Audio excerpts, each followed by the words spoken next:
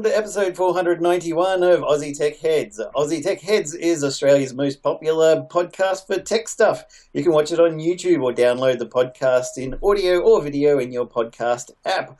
Aussie Tech Heads is brought to you by adhwebhosting.com.au. Register your favourite domain and host a WordPress, Joomla or Drupal website. Listen to us on AussieTechRadio.com. Visit us on Facebook.com/AussieTechHeads, Twitter.com/AussieTechHeads, or YouTube.com/AussieTechHeads. And I finish that so much faster than Glenn usually does.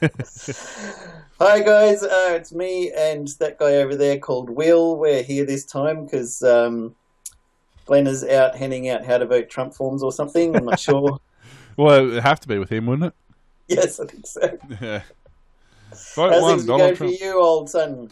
Yeah, not too bad, not too bad. Getting a bit of a flu. We're both a bit chesty tonight, so if you hear coughing, we apologise in advance. Bit snuffling? Yes. I'm allergic to Will, it's a problem. Yeah, that's a common problem we have. So, no, we thought we'd step in tonight. Since Glenn's unavailable, we'll step in and make the show happen and keep you guys informed of the things that are happening. Especially since you haven't heard from us for so long, I think people are, they're getting withdrawal symptoms and stuff because we only just did a Obsidian Loft. We haven't done for like 3 months. We haven't done the Old Fart Geeks in maybe a year or something, I think. And now we're on here and everywhere all of a sudden again. That's it. The Obsidian Loft, as you said, we did last week. Of course, we did it like a day before 1.10 came out, but anyway. I was like, oh, no. Figures. So, anyway, we're not talking about Obsidian Loft, but you can go check it out at obsidianloft.com, find out all the information there, and go to us on YouTube and all that sort of stuff. Aussie Tech Radio, of course, you can find us there as well. Go there. Yeah. Well, that's it. Aussie Tech Radio, we're live and in your face there as well. There's a few shows happening on there at the moment. Aussie Tech Heads and Obsidian Loft and some other ones with other people. 2 guys talking tech. That's and it. All sorts of stuff. That's it. Cool. So as for me, I moved 1,200 kilometres since you guys last saw me on this show. So I was down in Sydney, then Melbourne, and now I'm back in the mid-north coast, New South Wales, on the lovely NBNs and loving it. Yeah, that's why he's in widescreen tonight. Yes, nice change. Yeah, while I've been here though, Dad had my old Dell Dimension 9150, I think it is, and the darn thing wouldn't turn on the other day, so I gave it to him like, I don't know, 8 or 9 years ago maybe, and it's got 4 half gigs of RAM sticks in there. One of them died, so the computer wouldn't boot up, and after pulling out all of the cards to find out that wasn't it, so I started going through the RAM chipses and eventually found one of them was dead, so then he was running on 1.5 gigs of RAM on Windows 10, but it was still coping. And so during the week I managed to find a store that had some DDR2. You remember that, Will? Yes, I do. I've got 2 sticks of it right here. Yeah. You know how I was saying I had some? Yeah, well, guess what? I found it. I got two gigs from a shop there. They were $69 each. What? Holy crap. Yeah, I know, right? The cheapest one I could find was $57, but when I went to the guy's shop, he's like, no, that's our online supplier's price. We don't actually have any in stock. You would have to order it and then they'll post it to you. I'm like, I'm not patient. Damn it, I want it now. So I went to I had also rang up this other guy and he's like, yeah, I'll ring you back. And that was a couple of days ago and I still haven't heard from him. So I'm guessing he's not ringing back, but too bad. So I went out and got it from this other shop, whacked in 2 gigs. So now it's got 4 gigs, which is the most RAM he's had in any computer at all, and it's running along swimmingly, so it's quite happy with that. And Windows 10 is the bomb, so... Yeah, well, these 2, I should hang on to these 2 1 gig sticks, then they're going to be worth a small fortune. Yeah, I know, right? Check out maybe you should look on eBay and put one of those R@RE rare DDR2 RAM. Because only $500 each. These came out of my in-laws' computer that they killed last week. Well, I say they killed it. I thought they killed it. It wasn't actually their fault. The hard drive did have some bad sectors in it, but that was easily fixed. Turns out that living on the beach is detrimental to your computer's health. Pulled the case off, and everything's just got a green corrosion happening all over it. So, yeah. About 18 months, it seems. It's workable with a car battery. You can just scrape that stuff off, but not motherboards. No, they don't like it too much. I managed to salvage... What did I take out of it? The power supply I used in the new computer I built, because that power supply was only a few months old. But yeah, so they're getting About every 18 months they go through a computer. Oh man, that's nuts. So I go through phones like that, not 18 months, maybe a year, and then it's time for the next one. yeah, Whether we pretty need much. it or not, usually. I'm still on my Note. What am I on? Still on my Note 3, believe it or not. It's I like my 6S. cracked and dented, and the screen's actually that broken up the top here. It's actually missing the glass completely. That's the cardboard backing you can see behind there. Ah, whoops, you nearly saw a photo of my girlfriend on there. 6S. And I got a nice little pay tag in the back there that I can Yeah, buy they're stuff pretty with. cool, aren't they? I like that. Although Came with my- the NFC chips built into the Android phones, you can do that anyway. What? You're talking crazy nonsense. You can record your own, like, your own credit card tag and stuff, and put them onto your phones and just swipe your phone. Yeah, sometimes I make up stories too. I saw a guy though on TV this morning. He's got a little chip that's like the size of a rice grain, and he's got it in his thumb, Yep. just in there, and he can use that to scan and pay for stuff with the NFC, and it's also got medical records in there, and can launch stuff on his phone and things. So he's like, "This is going to be the future. You won't have a wallet or anything. You'll just scan your thumb, and away you go." Yeah, how many thumbless people are there going to be? Yeah, I know, right? This is a sticker. Give me your thumb. He went there on the show. They're like, "Well, what if something happens?" They didn't say if somebody chops off your thumb and then goes taking it. But it's only, he said, well, there was one good security thing about it. It wasn't quite as like PayPass. You would actually load up, say, $50 in there. Then you could go and use it, and once it's gone, it doesn't auto load. And Yeah. you can also disable it with an app on the phone. So it's like a prepaid Visa. Yeah, so if somebody did cut it off, they might get $50 worth of stuff, and that's hardly worth chopping someone's thumb off. I don't know. Criminals be crazy, yo. That's it, exactly. Should we try some news? Oh, I suppose we can try that. That's what they're here for, after all. Is that it? Yeah. I thought we were just here No, to talk about stuff. They're not here for our good looks, that's for sure. Because if they were, it'd be far more popular. I've been told I've got a very good face for radio. Yeah. I got a good face for radio and a good voice for silent TV. Mark Zuckerberg's social media accounts compromised due to weak password. Facebook CEO Mark Zuckerberg's Twitter and Pinterest accounts have been resecured. A spokesman for the social media platform said, responding to questions about media reports of founders' sites had been hacked. Zuckerberg's accounts were compromised, a report from technology news website VentureBeat indicated, after data leaked from a LinkedIn showed the executive used the simple password DADADA. Da da da da da da. Mr. Super Secure there. I mean, if it was like 20 of them, it might be secure, but not 6. The accounts have since been resecured using best practices, Facebook spokesman said, adding no Facebook systems or accounts were accessed. Zuckerberg's Twitter account at FINKD, last used in January 2012, posted a tweet on Sunday with a message, "Hey, at Finked, you are in the LinkedIn database with the password da-da-da, DM for proof," according to a screenshot posted to Twitter.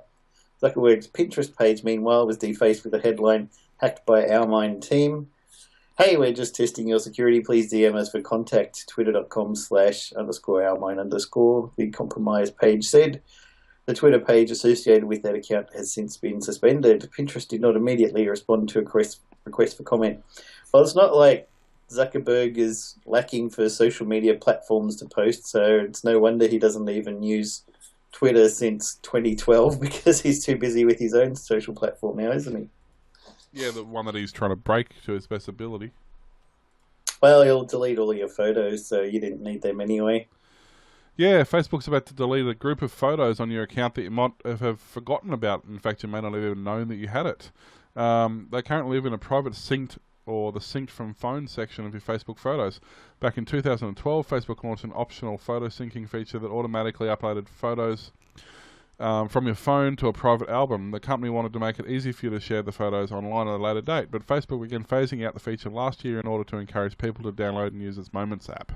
Facebook will delete any photos that were previously stored in the sync folder unless users download and log into Moments to transfer them before July 7th. Users who don't want to use Moments but want to save their photos can download the files right now on their desktop. Moments, which launched in June 2015, performs a similar auto-syncing function to but a new twist. It scans your mobile phones to identify faces and match them to your Facebook friends.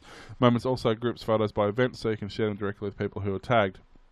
So basically, first they force you to use Messenger, which most people don't use, although I do because why not? And now they're forcing you to use another app called Moments, which I'm not going to use. I have not downloaded, and I don't want to have another Facebook app. No, and that's it. I'm not going to use it because I don't auto sync my photos anyway, so it doesn't matter. Like, if I am, I'll sync them to Google Drive or something like that. I won't sync them to Facebook. That's just stupid. Yeah, people are like, why don't you sync all your photos automatically to the iCloud? I'm like, I take a lot of photos that I don't care about keeping. I also take screenshots of things that are funny on my phone, upload them to, say, Facebook, then delete them off my phone. Or if I'm doing the selfie thing because I want to put a new Facebook profile, I might take like 40 pictures until I find one that looks good and then upload that. And then I've got 40 that would be either uploading through my 4G or using up my iCloud account or something. There's space on all of those, and sometimes there's videos that I just want to have on the phone but I don't want to upload, and suddenly you sync everything up and it says, oh, sorry, your iCloud account is full. Things like speed test results and things like that. Stop bragging. Nobody cares about the size of your packets. I don't know, my packets are pretty impressive. Oh, 110's not too bad for 4G. No, it's actually... I get when I tried just now, 23 or something. Yeah, 110 down and 40 something up. That's pretty nuts, actually, to be honest. It's not normally... Full speed NBN. Yeah, well, yeah, I mean, my NBN, I only get about... on a good day, I'll get 90 or so down. And 30 to push up. Yeah. So... Well, ours here at Dad's house where I am now was on the 12.1 plan.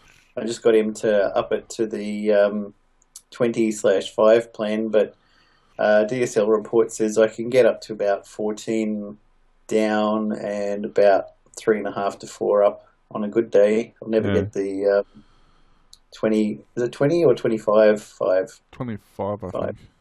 Yeah. So 10 megs under and a couple of megs under going up as well. But, it's pretty good. And we've got 3 people here. Dad's currently watching Netflix and my daughter's watching YouTube. They're both streaming down, and I'm doing this in full windscreen for the first time in any of the shows I've ever done, I think. Even though when I was in Melbourne, we had 25/5 and there weren't many other people doing anything. No. I don't know what was going on there, but it seems to be all right now. Yeah, no, it seems to be behaving itself at the moment. So. That's good. Facebook takes on Twitch with video game live streaming deal. Facebook has fired a shot across the bow of game broadcasting services like Twitch and YouTube Gaming, striking a deal with PC gaming powerhouse Blizzard Entertainment. They will soon allow players of Overwatch, World of Warcraft and more to go live from inside games, streaming their play experience to all their Facebook friends and fans. Sounds a bit like Minecraft has got that bit built in, right? Yep. Blizzard, which is also the company behind Diablo, StarCraft, Hearthstone, and Heroes of the Storm, said it's busy getting the live streaming functionality working in its current slate of games, but long-term would like to integrate even more Facebook features. Facebook post this thing to get an upgrade of your weapon and spam all of your friends to get them to come join. What do you reckon? That's what all the Facebook games do, right? Yeah, pretty much. Well, that's what Blizzard games do. I mean, Blizzard... What they tried, was it their first attempt at this years ago with, was it the 10 network or whatever it's called, back in dial-up days? That was way back then. So they've always been into this tangent social networking even before it was a thing. I'm talking back in like Duke Nukem, Duke 3D days. So, I know Duke 3D wasn't Blizzard, but that sort of era. There's also another one, I think, Rift, that... post to Twitter every time you get an achievement in the game. It's like, hey, in the game Rift, which you should totally download now and stuff and pay us lots of money, this person just got an achievement called blah. Well, there's another one on one of the servers I'm on, uses, what do they call it? What's the name of the stupid program? It's called Discord. It's like Mumble, but far superior to Mumble, but it does the same sort of thing. You can set it up and when you have in-game messages or you type things in-game, it can go to your social media profile, whether it's Facebook or Twitter or whatever as well. Okay, great. Yeah. The social network and the Star Wars game studio would appear to make a good match. Blizzard controls several of the world's most popular competitive and social multiplayer games, but has long required players to use its in-house Battle.net network for social features and accounts. This deal, which will come into effect later this month, will allow players to sign up, log in, and chat with friends using their existing Facebook accounts instead. Meanwhile, Facebook has enjoyed some success with its live platform since launch last year, but it could see an increase in visibility if it ends up alongside Ustream, Twitch, and YouTube as an option for game streamers on PC and eventually console. That'll work good. Kids will be live streaming their games, and you can hear these 12-year-olds swearing and yelling at other people and telling them how much they suck and stuff, and then mum comes onto her Facebook, "What's little Johnny been up to? Oh my goodness, you're banned. There goes your computer privileges. No more internets for you, son." Yes. A good way to point them out. I saw Facebook's been also rolling out their 360-degree video feature now with photos. Yeah, you'd be able to do the same on YouTube with the video. I mean, it's neat, but it's very limited applications, honestly. Like, it's not something that... I don't want to see every photo you take in 360. Like... I'm going to do that from now on just to annoy you. Every photo's going to be 360. It's like, here's a picture of my car. Now you can see the backyard. Yeah. There's the laundry. And the problem is... And there's the tree over in the corner there. Most things aren't done properly. Like, to do 360 properly, you've got to have one of the proper 360 spherical cameras. Because if you do it handheld and you move the camera, well, it's not going to be right because you're changing the perception... The perspex? No. What's that word? Perception? Yeah, of where everything... it doesn't sit right. So you really, realistically, to do a proper 3D photo done correctly, you really need to get a proper camera. Yeah, one of my friends did one inside an old building, and you can see a photo, and it's got the stairwell comes down here, and then it jumps out about 2 feet, and then continues down because that's the break while he was panning around. Yep. It didn't quite stitch it back together again properly. Yeah, it's the same with the videos when people try and do it. You know what my big bugbear is? Real estate websites like realestate.com.au, where you go there and they've taken like 7 photos and then they make a video that you can lock, and you think, oh, this would be lovely to have like a tour of the house. No, it's the same 7 photos with Ken Burns effects, zooming in over here, panning across there, zooming back out again. It's the same photos, it's the same content. What's the point of it? Yeah, we had the same thing. We actually had one of those marketing companies contact us and say, "Oh, do you want us to do your showroom and stuff like that?" And they sent us, images of other showrooms and stuff they'd done, and that's all it was. You're like, really? They want to charge $5,000 to do that? So just quickly, my phone can do all of that. Yeah, exactly. So this is what I was saying about the proper 3D cameras. You'll notice. This is actually one of the Facebook cameras specific from the Facebook Code Labs, but it's designed specifically for that application. You can see it's surrounded by cameras that are all locked into the right place. There's one on top and one on the bottom as well with the fisheye lenses. Yep.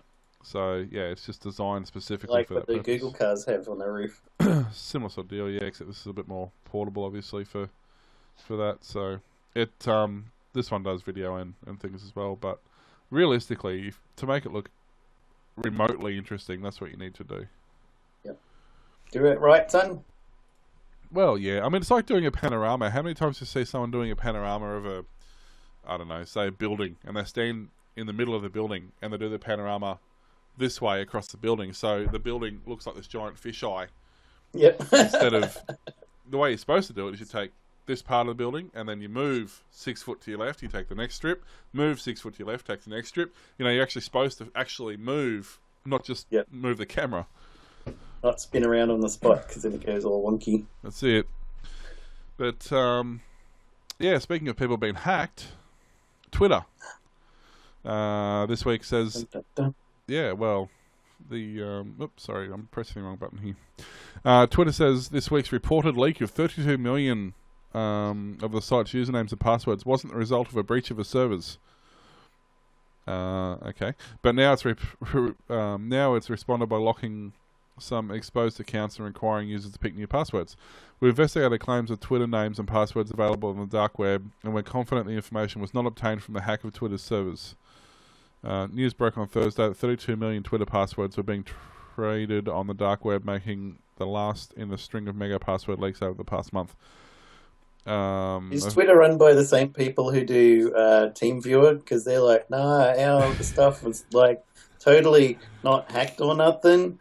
But even if you never used a password on any other website or the same email address, somehow your computer got hacked and people used your PayPal to buy lots of stuff on different websites and then send themselves Amazon stuff and then log off your computer. But it wasn't. It was all your fault because you used the same password on LinkedIn and that got leaked.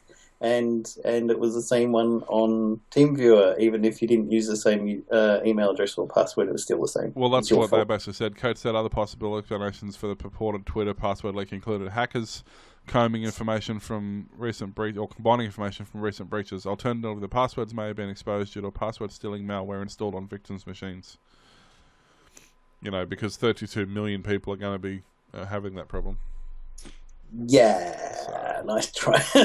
These guys need better PR than that. I know, right? Serious. Like it's, but yeah, Facebook and Netflix have also done similar sort of things. But yeah, basically, you know, there's no list as yet as to whether or not your account's been compromised. But you know, they'll just suspend your account and send you an email. Nothing secure, folks. Get something like LastPass and put all of your passwords and stuff on there, and then don't use your bank ones, don't use your PayPal ones, don't use your eBay ones or anything that they might be linked to a card or something. Keep those separate. Maybe write it down and stick it in the bedroom drawer or something, but anything else, use different passwords with LastPass or something. You know, the amount of people I see coming to work who have their PIN number written on the back of their card. Like every second person has their PIN number on their card. I would forget it otherwise. Yeah, they'd expect me to remember it. Yep, so, convenient this way. Exactly. I think I've told this story on this show before when I was working for a company and we used to look after computers at a major bank. And one of our guys were down there fixing one of their computers, and this guy came in ranting and raving about how the bank sucks, and he was really angry at them and stuff. And they're like, "What's going on?" And he said, "Did you paint the front of the ATM out there?" And they're like, "Yeah, people have graffitied and written all stuff over it and scratched all the crap, so we got it painted. It looks nice now." He's like, "Are you kidding me? I had my PIN scratched in there so I'd remember it every time I came down to put my card in. Now I don't know what my PIN is and the machine's eaten my card and it's all your fault." Yep, that sounds about right. Oh dear. I go first or you'll go? Oh, you can have a go. Okay, you want to get some iPhones? I know how much you like Apple stuff. New Apple Store shirts may have helped thieves pose as staff to steal $66,000 worth of iPhones. Oh, what you have to do is look like an Apple person and you can do anything you want. Pretty much. Thieves dressed as Apple Store staff have stolen a total of $66,000 worth of iPhones in two separate thefts at retail stores in New York. Apple's Upper West Side store was targeted back in March when 67 iPhones worth almost $50,000 were stolen, followed by a theft of 19 phones worth $16,000 from the Soho store last week. Police now believe the same thieves may be responsible for both. They're pretty clever, these guys, you know. The criminals seem to have done their research well, notes Gizmodo. It's clear that these thieves know the way around an Apple store. In all the robberies, the suspects dressed similarly to Apple employees, walking directly to the drawers where brand new unlocked phones were stored. And the Upper West Side's location is particularly smart target since it's used to train employees. An unfamiliar face walking in with the uniform wouldn't stick out. It's not known whether the thieves wore genuine or fake shirts, but the new shirts introduced last year and subsequently updated may have made the ruse easier, as there are now multiple styles of shirt in use. It's not the first time thieves have used deception to walk out of Apple stores loaded down with stolen kit. An East Tampa man managed to use a crazily simple con to walk away with $309,000 worth of kit back in 2014, and a former NBA player simply pretended to check out with Easy Pay later in the same year. Yes, I'm betting it was probably a previous employee who still had his shirts. Yeah. Or he went to one of those shirt printing websites and got it printed out and mailed to him. You can buy like a silk screening machine pretty cheap. Yeah. Oh, yeah. They're not expensive. No, you can do it yourself. It's only, mate, you can actually get the silk screen, send away, get the silk screens printed, and get the silk screen back. And it's a matter of just stretching on the board and painting on it. It's not hard. There you go. Man, we must be criminal minds with these clever things we come up with. Well, I used to do printing, merchandising, and stuff like that. So sure, you did. It's pretty basic. How many iPhones you got? It'd have to be pretty basic. $60,000 worth. No, if they were Androids, you could. I wouldn't bother stealing iPhones. You want to get the new VR and stuff? Yeah, the Oculus. Well, not the Oculus. The yeah, that's it. That we were talking about on that other show. Obsidian Love podcast. Go check it out. It's all about Minecraft. That's great. It. HTC Vive. That's one. Speaking of phones, well, phone related, Bluetooth. The Bluetooth 5 is coming. Bluetooth Special Interest Group will announce the next generation of wireless standard next week. Mark Powell, Executive Director of Bluetooth SRG, has revealed the Bluetooth 5 will be formally announced on June 16th at Media Event London. Oh, it's hard to say some of those letters with a blocked nose. The new version of the standard promises to double the range and quadruple the speed of low-energy Bluetooth transmissions.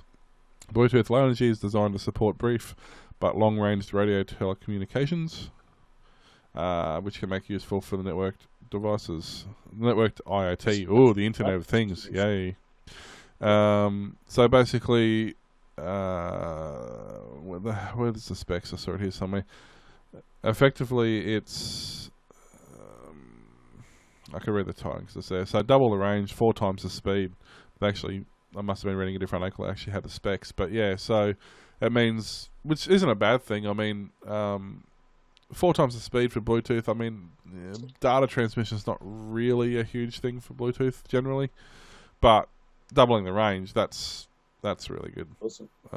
Means you can actually smartwatches and things use Bluetooth low energy. Yeah, I mean, with the smartwatch, I was getting to the point where if I had my phone in my back pocket and I looked at the time, I would lose signal. You know, so. But double the range is good as well. For example, at work, my headset for the phones is Bluetooth. So at the moment, I can basically get around the office okay, but I can't go out in the workshop or anything like that without losing range. So double the range would be great. It means I can actually get out in the workshop and be productive while I'm on the phone. Be productive? You're going for a race, son, are you? Someone's got to work there. I used to do that when I was working for a web hosting company in Melbourne. Sometimes you get somebody and they're like, how do you set up email? And I've memorized all the steps for doing it on your iPhone or something. So I'm just, one of the guys there and I had the Fitbit Surge and he had a Fitbit and we would have the competition. So I'd be doing laps of the office, just walking around while I'm telling this woman the steps on how to set up her email. Then I get it finished. I'm like, okay, and with your other email account on the other phone for your husband, just do the same steps. Oh, no, I can't remember that. Can you walk through all the steps again? Oh, okay, and here I go for another few rounds of the office. And the other guy comes up to me while I'm walking around. He's like, will you stop that? You're getting way ahead of me in steps. I'm like, dude, you can try it as well. We're both able to do this. No, I got to sit on the computer and do this one. I'm like, oh, well, too bad. I'm just going to keep walking by. I think I might jog now. Oh, you're encouraging. Irish workers pursued for the National Broadband Network. Recruiters for the National Broadband Network have angered local workers by seeking Ireland nationals to come to Australia take up jobs on the massive multi-billion-dollar project. Maybe they'll get a kick up the bum and get it out to more people. Boutique recruiting firm One IRC Australia is advertising in the Emerald Isle for copper gurus to work on Australia's largest telecommunications project, the National Broadband Network. Applicants have been offered $75,000 a year for 3 years and migration assistance to fill vacant full-time positions all over the Australia. Bring the family and stay in one spot or travel across the country. The ad running on several online job sites says, terrific opportunity to see great southern land. Interviews are due to take place in Dublin this month. Experience in copper cable jointing is a must, and understanding of telco infrastructure a plus. That's because we would like to run our NBN over copper because we don't like to have fibre. Fibre is evil and it makes you dead. Applicants must have the ability to work alone or as part of a team. Well, yeah, well, there's only really two options there, isn't there? They've got them both covered at least, I suppose. I didn't read this before. Okay. So if you can't work alone, you'll have to work as part of a team, I'm afraid. And if you can't work part of a team, you have to work alone. You have to be flexible and available to work in metro and remote areas. Okay. Curiously, so you need to be able to work anywhere with anybody at any time. All by yourself. This is hilarious. Who writes this stuff? Curiously, one IOC says in its company description as very strict, no Richard Cranium policy. I can't make this up. This is serious. The Communication Workers Union is outraged by the ads, calling it a clear pitch to Irish backpackers. CWE National Secretary Greg Rayner accused the Turnbull government of sending NBN jobs offshore. And why not? Because there's nobody doing it here. This is Australia's biggest job creating infrastructure project, and with youth unemployment over 10%, we need these jobs here and now, Mr. Rayner told Fairfax Media. Dude, this is funny. How many backpackers that come from Ireland are qualified copper working gurus? Well, they're probably more qualified than people that are currently doing it.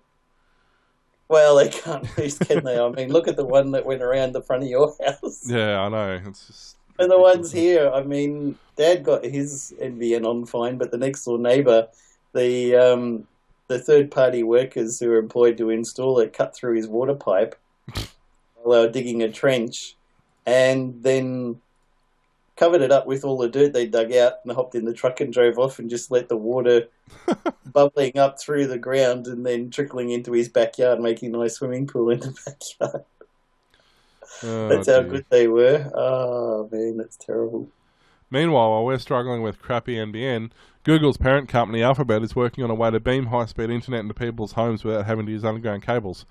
Can't they beam it directly into your head? Then we don't need all this. While Google's been laying fibre optic cable for years, new technology can make it possible to deliver super high-speed wireless internet from point to point. According to a report by the Wall Street Journal, Alphabet execs discussed the... Shut up. Do that again. No. Alphabet execs. I had 3 goes, that's enough. Discussed the potential of such technology in the company annual shareholders meeting this week. They believe advancements in computer chips and more accurate targeting of wireless signals have paved the way for development of powerful wireless device. Blah, blah, blah, blah. It's getting worse. I feel like a horse with peanut butter in my mouth. This would be a case of verbal diarrhea. They can deliver speeds of up to 1 gigabit per second. So, yeah, there's obviously a lot more to that article, but basically they're saying that they've given up even laying optic at this point. They say even that's old-fashioned now. So they're going to beam high-speed radio waves to Wi-Fi. Well, I was going to say they're just going to beam high-powered Wi-Fi straight into your house, so they'll be perfectly fine. Yeah. There'll be no problems at all with that. Maybe that's what's happening right now. Oh, gee. Dear. You're Mr. Battery Man. Queensland company Tritium to revolutionise electric cars. Queensland companies develop fast charging stations that will enable electric cars to travel from Brisbane to Sydney with only 3 20-minute stops in between. Tritium Chief Executive David Finn says his company's VFill your car up, yeah. VFill stations currently provide a 50-kilometre range for electric vehicles for every 10 minutes spent charging. Dr. Finn says Tritium will soon release an updated version that will triple the range for the same amount of charging time. Given later model electric cars can travel 300 kilometres on a single charge, it will take only 20 minutes to fully charge them, he said. With appropriate fast charge infrastructure, these electric vehicles will be able to drive from Brisbane to Sydney with only 3 stops of 20 minutes each, Dr. Finn said. He said although uptake was currently slow in Australia, hundreds of the charging stations had already been purchased in the US and Europe by large energy companies, governments and car share companies. Dr. Finn said it would cost between $4 and $8 to fully charge a car at a refuel station. Treasurer Curtis Pitt on Thursday announced Tritium was the first beneficiary of the government's Business Development Fund, receiving $2.5 million investment, which was matched by the private sector. Let's be clear, Tritium will have very real chance of being a global leader in the global scene, and that's exciting, he globally said. Mr. Pitt said the investment was more about supporting future jobs and innovation rather than receiving a direct return. The future is electric. Yes, well, I mean, it may not be, but it certainly may not be for long haul and stuff like that. But for the average person, I mean, most electric cars will easily do, 100 Ks, and some do as much as, 100 mile, which is about 160 Ks. And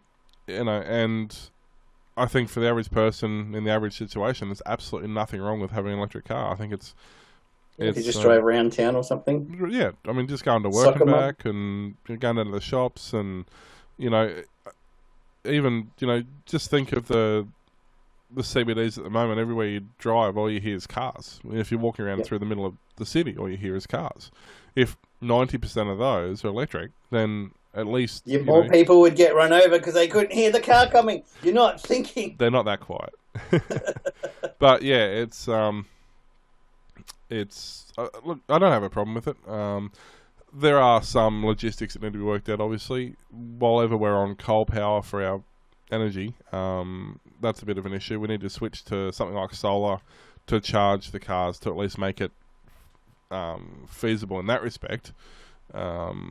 But yeah, for the most part, yeah. Well, that's it. I mean, that's the thing is, we got the Tesla wall. I mean, at the end of the day, I'm just trying to find the battery. At the end of the day, you guys have anything much to do with like Prius and that come to your shop? Yeah, well, I was going to say these 18650 cells that you use in everything from these power. I can't find it at the moment, but you got the like the mobile phone power packs and things like that. Yep. The quick chargers. These things here, this is a solar version of it, but these sort of power stations for running power to phones and torches and backups and stuff like that, they basically contain what they call 18650 cells, which is the most common lithium cell in production.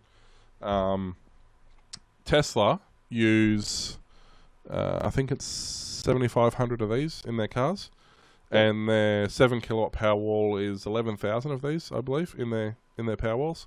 And the good thing about these, as opposed to a lot of other power packs, is when a cell dies, you just replace that one cell because they're designed to be replaceable. Prius use older technology. These are lithium. Prius use older technology. They use nickel metal hydride cells packed into a bank of 3 into a 7.2 volt cell, and then they're packed into a big pack, into a 740 volt pack. They're more cumbersome and complicated to replace because you can't replace one, you have to replace 3 cells minimum, and there's no aftermarket manufacturers. But basically, yeah, because these are so common, so cheap, so easy to produce, so easy to fix, this is what they make the power walls and things out of because of that reason. They are cheap to build and they're cheap to dispose of, so it makes it very feasible when you're dealing with alternate energy and things like that. The overheads are really, much lower. Whether it be a lot of those charge stations that are solar powered, they charge up with solar power during the day, and then they have a massive battery bank in them. Yep. For a nighttime charge. And then they also have a grid backup so that if you get 5 or 6 cars in and that's depleted the packs, and they do charge off the grid as well. But yeah, we're all about the Priuses. I've got an option to maybe buy one. Oh, they are the most amazing. My nephew has a Prius that my friend had before him. That was an X-Taxi before that, and it's got over 650,000 Ks on it, and it drives like a brand new car. You wouldn't. Wow. You couldn't tell that. Like, you hop in it, it's quiet, it's comfortable. It goes 1,500 k's on $27 worth of fuel. Maybe I should reconsider. I was like, no, I think I'll just keep my Honda Jazz for now. No, But once you know how they work and how you drive them and the best way to get the most out of them, I mean, if you boot it and drive it hard everywhere, it's going to use a lot of fuel because it's a small 1100cc 4-cylinder motor there's mostly towing, just around a 1.5 ton car. So if you give it a hard time, it's going to use a lot of fuel. But when you just putt around them, servicing's cheap because the best place to get them serviced is taxi depots, because most taxi depots have a public workshop, and because they service them all the time, the average service cost every 10,000 k's is about $45. Tyres are about $35 each because they get them from the taxi mob, and tyres last a long time. You don't wear out brakes because it uses regen braking instead of axial brakes, so brakes last hundreds of thousands of kilometres. The main battery pack's going to last at least 250,000 k's, and they're now only $3,000 to replace. You're telling me I'd be a fool if I didn't take up the offer? Yeah, pretty much. Worst case scenario, you buy one, the motor blows up, $600 will buy you a brand new motor. Wow. Because they're so prolific, because all the taxis and the Uber guys and whatever, they all use them. So because of that reason, parts are so amazingly cheap for them. Should have got one of those for my girlfriend instead of the. She's got a Mitsubishi Lancer, and the timing belt, nearly all the teeth were gone, and it was $950 to put a new one in because they have to replace the whole headset and everything. And we'd only just a couple of months before paid $1,000 for a full car service, and they didn't check the timing belt, which apparently should be checked at like 50,000 and 100,000, and this car had gone for about 150,000, and nobody had checked the timing belt. So they said it was lucky that it didn't break while you were driving it at 100 down the back road here, because you wouldn't be here right now. Yeah, and that's the thing. The hybrid Camrys at the moment, no, I wouldn't touch. They are known to have a few issues and a few problems. They're too new. But the Camrys, especially the Priuses, especially the early ones, the 60s and 70s and things like that. Yeah, absolutely. They're an amazing vehicle. They go forever. They're just such really good quality, build quality. Even after being a taxi for 500,000 Ks, the things are still immaculate. Wow. So that's nuts. I mean, it's got all this high-tech stuff in there, the GPS built in, and you can plug in your phone or USB and it plays the stuff. And if I had the money, to buy a Prius, I'd definitely buy one. If I had the money to choose between something like a Prius and a Tesla, well, I'm going to get the Tesla because those things are freaking insane. But the new Tesla 3. Oh, man, they're awesome. I want to do a show just on that. But, honestly, if you've got the money, get the Prius. You're not going to have any problems with it. They're cheaper rego because they're 4-cylinder. So. Well, I just had my Honda Jazz with her a minor service. It was about $250. Yeah. So if the Prius is like $45 or something. If you get it done at a taxi workshop that does the Prius, yep. They're cheapest, especially if it's where you buy it from. Like if you buy a second-hand Prius from the taxi workshops, they'll give you your first 4 services for free and all sorts of stuff. Okay, no, this is from a friend, and they're looking to get something else, so they're just like, oh, you can pay it off over a long time. They can get a loan or anything. They're definitely worth it. And the earlier, the Series 50s and 60s are going, with 650,000 Ks on them, they're going for $3,000 and $4,000. Obviously, the newer ones are going to be more than that. My Jazz is worth that now. Yeah, that's the thing. The only real expense, because there's no moving parts. Eventually, you're going to have to replace. The first thing you have to replace is the motor. It's the biggest battery pack. Will get replaced probably at 250,000 Ks, and then again at 500,000 Ks, and the actual motor will be done at about 500,000. Okay. Well, I think they got it reasonably new only a couple of years ago. So yeah.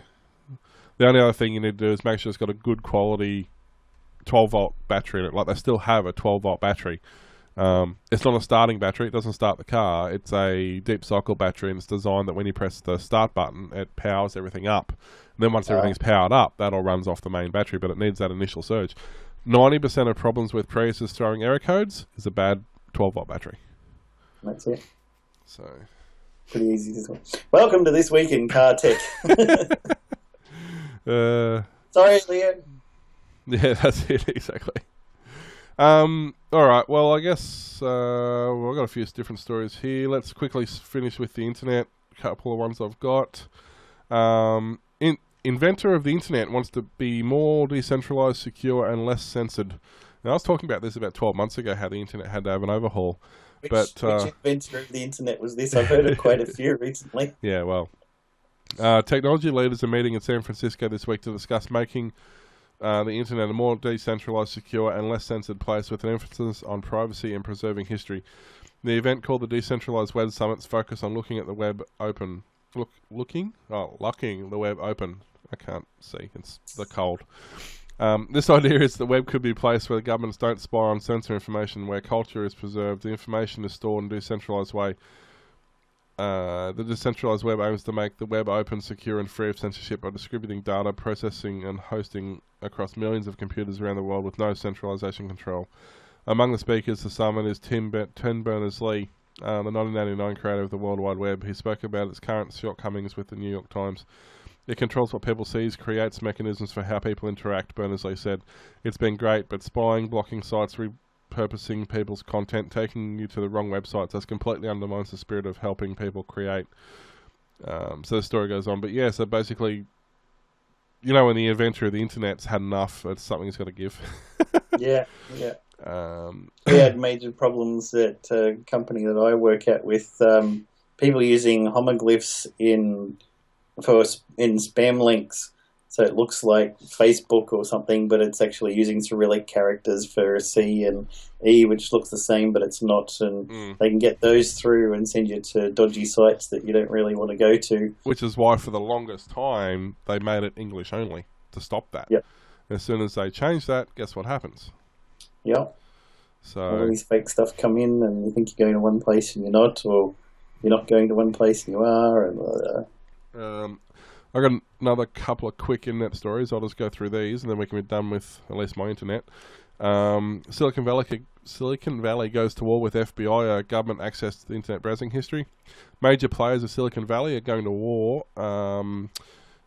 Fresh off the heels of the publicised battle with Apple, the FBI is seeking to rewrite surveillance laws to allow it to browse suspects' internet history without a warrant. Obama administration says the power will only be used in cases of suspected terrorists and spies. Blah, blah, blah. Yes, of course it will. Yeah. Companies such as Google, Facebook, and Yahoo have joined the likes of Electronic Frontier Foundation, Human Rights Watch, and the World Privacy Forum, the American Civil Liberties Union, and other advocacy groups to oppose the move. The group has been dubbed the ECTR Coalition and has written to the Senate Judiciary Committee calling on them not to grant the amendment, citing the history of government agencies abusing surveillance powers. Now, off the back of that story... Did they say, we totally won't do it, wink, wink? Yeah, that's it. Off the back of that story, the NSA finally admits why it couldn't hack San Bernardo's shooter's iPhone. The FBI reportedly asked NSA to help break into the terrorist's phone, but instead had to seek an outside party. It can tap undersea fibre optic cables, force leading technology giants to turn over a limitless supply of data, and listen on the phone calls of every person in the Bahamas, and more. Yet when it comes to cracking an iPhone 5C, the National Security Agency was stumped. NSA Director Richard Legit, really? NSA Director is Richard Legit. He's totally legit. Too legit to quit. Said the conference on Friday that was NSA to prioritise its resources in a utilitarian way, in that it will focus on its resources on cracking the popular services among suspended criminals rather than the more popular devices like iPhones. If we don't have a bad guy who's using it, we don't want that. Huh? That's likely the reason the agency couldn't access the phone, thought to contain evidence needed by the FBI. So apparently, if you want to commit copious amounts of crimes and keep a record of it, just keep it on your iPhone 5C. It'd be perfectly safe. Until they give a guy $1 million to crack it for them. When the FBI asked NSA, which had a history of breaking into networks and devices earlier this year, to break into the shooter's phone, FBI Director James said his Fort Meade MD-based colleagues were unsuccessful. Comey said that without help from Apple, federal agents aren't ever getting into the terrorist's phone. It was a little surprising a few weeks later when the FBI unexpectedly dropped its case against Apple the day before court hearing because an outside party demonstrated to the FBI a possible method.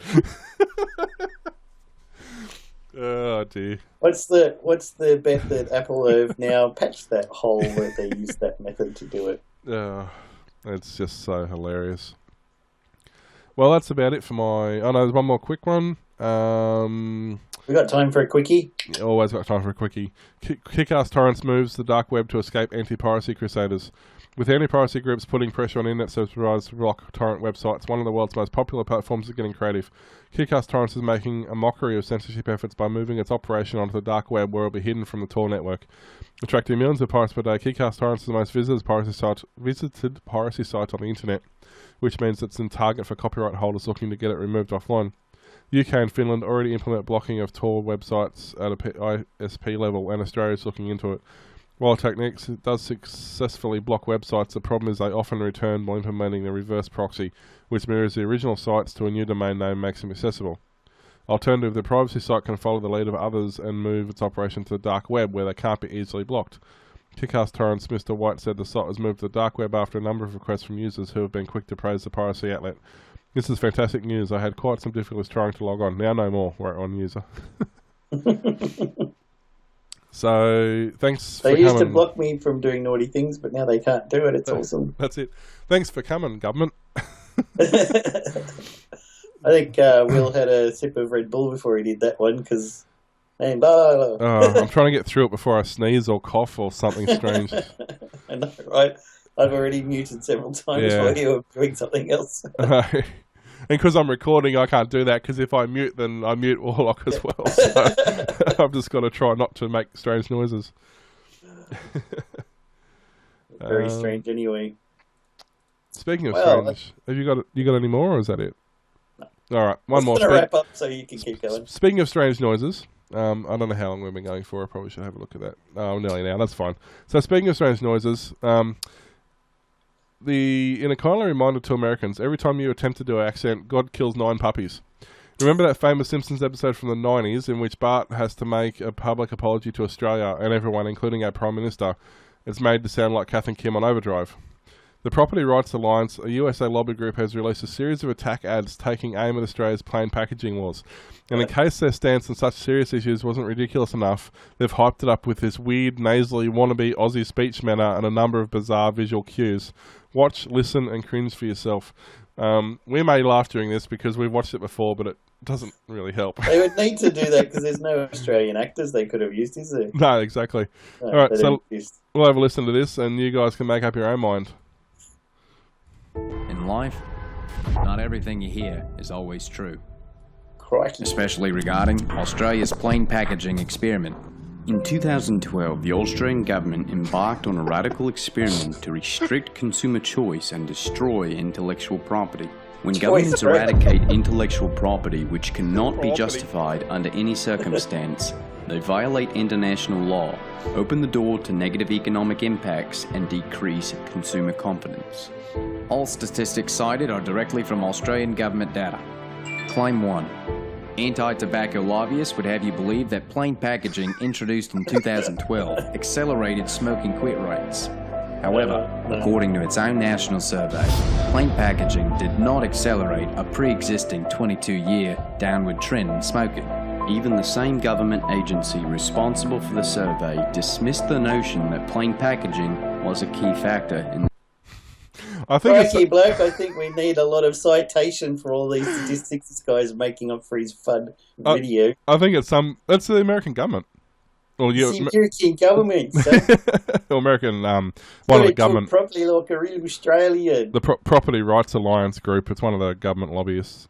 You can check that yourselves. Just search for, I guess, plain packaging, know the real facts on YouTube. Happy Aussie voice doing plain packaging. If I remember, whoops. So plain packaging, know the real facts. It's by the Property Rights Alliance on YouTube. So go and check it out because it's freaking hilarious. It's about 3.5 minutes long. It's great for a laugh. No, it's all BS anyway.